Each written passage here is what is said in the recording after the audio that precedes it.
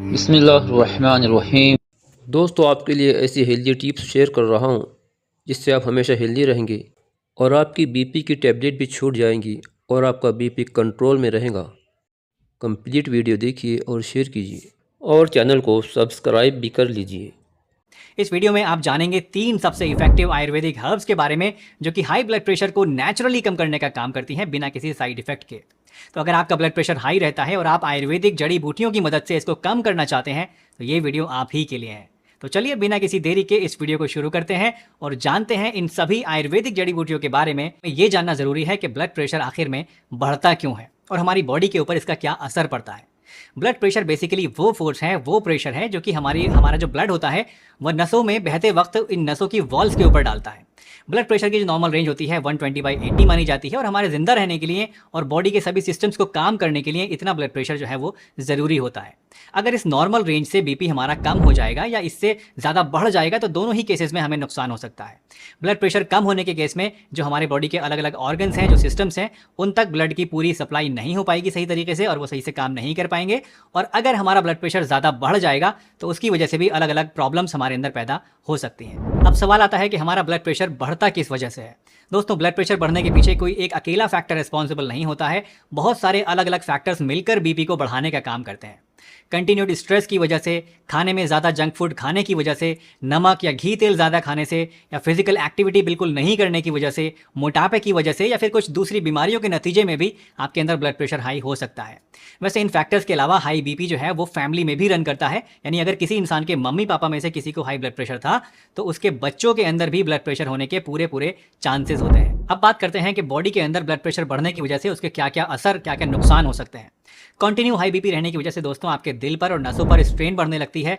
नसों के अंदर जो खून का प्रेशर बढ़ता है उसकी वजह से अंदरूनी परत नसों की खराब होने लगती है, वहाँ इन्फ्लेमेशन हो जाता है, जिसकी वजह से वहाँ धीरे धीरे कैल्शियम, कोलेस्ट्रॉल और ट्राइग्लिसराइड्स चिपक जाते हैं और धीरे धीरे इसकी वजह से नसों में ब्लॉकेज होने का खतरा बढ़ जाता है, जिसकी वजह से कई बार तो स्ट्रोक और हार्ट अटैक जैसी बीमारियां भी हो सकती हैं। इसके अलावा अगर लंबे समय तक आपके अंदर ब्लड प्रेशर बढ़ा रहता है तो इससे दिल के जो चैम्बर्स होते हैं वो फैलने शुरू हो जाते हैं, आपकी किडनियां खराब होनी शुरू हो जाती हैं और बहुत ज़्यादा सीवियर कंडीशन में आंखों की रोशनी भी जा सकती है। और इसी वजह से अगर किसी इंसान का ब्लड प्रेशर बढ़ा रहता है तो उसका इलाज करके इस ब्लड प्रेशर को नॉर्मल करना बहुत ही ज़्यादा इंपॉर्टेंट होता है।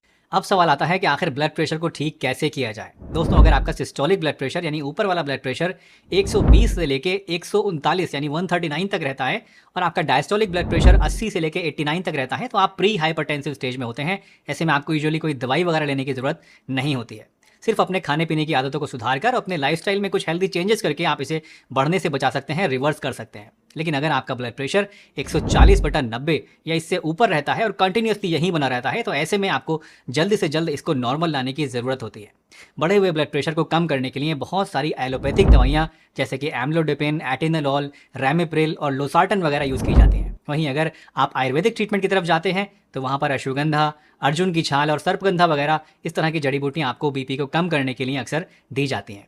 एलोपैथिक दवाइयाँ बहुत ही तेज़ी से इफेक्ट दिखाती हैं लेकिन इनके बहुत सारे साइड इफेक्ट्स हो सकते हैं। वहीं आयुर्वेदिक दवाइयाँ धीरे धीरे असर करती हैं लेकिन इनके अक्सर कोई ज़्यादा सीरियस साइड इफेक्ट्स नहीं होते हैं। अब आप किस पैथी के जरिए इलाज कराना चाहते हैं यह आपकी कंडीशन के ऊपर और आपके पर्सनल इंटरेस्ट के ऊपर डिपेंड करता है। वैसे यहाँ क्योंकि हम आयुर्वेद की बात करते हैं तो मैं आपको 4 आयुर्वेदिक मेडिसिन के बारे में बताने वाला हूँ जो कि हाई ब्लड प्रेशर के ट्रीटमेंट के लिए बहुत ही इफेक्टिव होती हैं। सबसे पहली चीज़ जो मैं आपको बताने वाला हूँ वो है अर्जुन की छाल। अर्जुन की छाल दोस्तों ब्लड वेसल्स को डायलेट करके यानी उनको रिलैक्स करके फैला के आपके ब्लड प्रेशर को धीरे धीरे कम कर देता है, जिससे आपका जो ब्लड प्रेशर है वो नॉर्मलाइज होने लगता है। इसके अलावा अर्जुन की छाल जो है ये आपके कोलेस्ट्रॉल को और ट्राइग्लिसराइड्स को भी कम करती है, जिससे दूसरी दिल की बीमारियां होने का खतरा भी आपके अंदर कम हो जाता है। अर्जुन की छाल अगर आप लेना चाहते हैं तो इसकी छाल का पाउडर 5 ग्राम आप ले लीजिए और इसको 1.5 कप पानी के अंदर आप उबालिए और तब तक उबालिए जब तक ये पानी जो है वो 1 कप ना बचे। जब ये 1 कप पानी बचे तो इसको आप छान लीजिए और सुबह सुबह खाली पेट नाश्ता करने से पहले इसको आप पी लीजिए। इससे आपकी जो ब्लड प्रेशर है वो बहुत ही तेज़ी से और बहुत ही सेफली धीरे धीरे कम होना शुरू हो जाएगा। हमारी लिस्ट में तीसरा नंबर आता है अश्वगंधा का। दोस्तों, अश्वगंधा एक बहुत ही पॉपुलर आयुर्वेदिक हर्ब है जो कि बहुत सारी अलग अलग चीज़ों के लिए, बहुत सारे अलग अलग फ़ायदों के लिए इस्तेमाल की जाती है। अश्वगंधा के अंदर स्ट्रेस और एंग्जाइटी कम करने की प्रॉपर्टी होती है और इसको लेने से आपको नींद भी अच्छी आती है और इसी वजह से हाई ब्लड प्रेशर को धीरे धीरे ये कम कर देती है। दोस्तों, 90% केसेस में हाई ब्लड प्रेशर होने का एक बहुत बड़ा कारण होती है एंग्जाइटी और स्ट्रेस, क्योंकि अश्वगंधा लेने से आपको ये दोनों ही चीज़ें कम होती हैं तो इसकी वजह से आपका ब्लड प्रेशर जो है वो सस्टेनेबल वे में और प्रोलॉन्ग तरीके से कम होने लगता है और बिना किसी नुकसान के, बिना किसी साइड इफेक्ट के होने लगता है। अश्वगंधा को अगर आप ब्लड प्रेशर कम करने के लिए लेना चाहते हैं तो इसको आप दो तरीके से इस्तेमाल कर सकते हैं। इसका चूर्ण भी मार्केट में मिलता है, पाउडर भी, और इसके कैप्सूल्स भी मार्केट में मिलते हैं। अगर आप इसका पाउडर इस्तेमाल करना चाहते हैं तो 5 ग्राम इसका पाउडर दिन में 2 टाइम पानी के साथ आप लीजिए, इससे आपको काफ़ी फायदा मिलेगा। अगर आप इसके कैप्सूल्स लेना चाहते हैं तो 500 मिलीग्राम का एक कैप्सूल आप दिन में 2 टाइम पानी से ले सकते हैं, उससे भी आपको काफ़ी अच्छे रिजल्ट्स मिल जाएंगे। हमारी आज की चौथी और लास्ट हर्ब है सर्पगंधा। दोस्तों, सर्पगंधा ब्लड प्रेशर के ट्रीटमेंट के लिए सबसे पॉपुलर और सबसे इफेक्टिव आयुर्वेदिक हर्ब मानी जाती है। रोजाना 100 से 200 मिलीग्राम सर्पगंधा का एक्सट्रैक्ट अगर आप ले लें तो इससे आप ब्लड प्रेशर की बीमारी का इलाज 100% आयुर्वेदिक तरीके से कर सकते हैं।